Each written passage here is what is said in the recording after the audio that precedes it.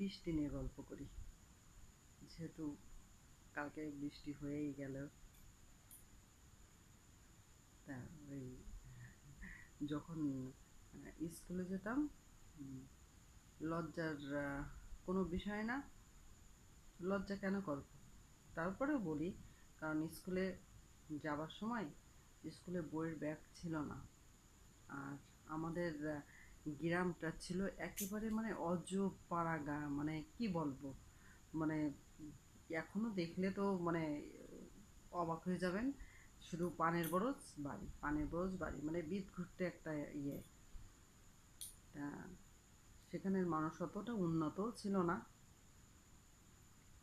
নদীর এপারে বাসা ছিল, নদী পার হয়ে শহর। উম, মানুষের জীবনযাপন ছিল একেবারে সাধারণ, কোনো রকম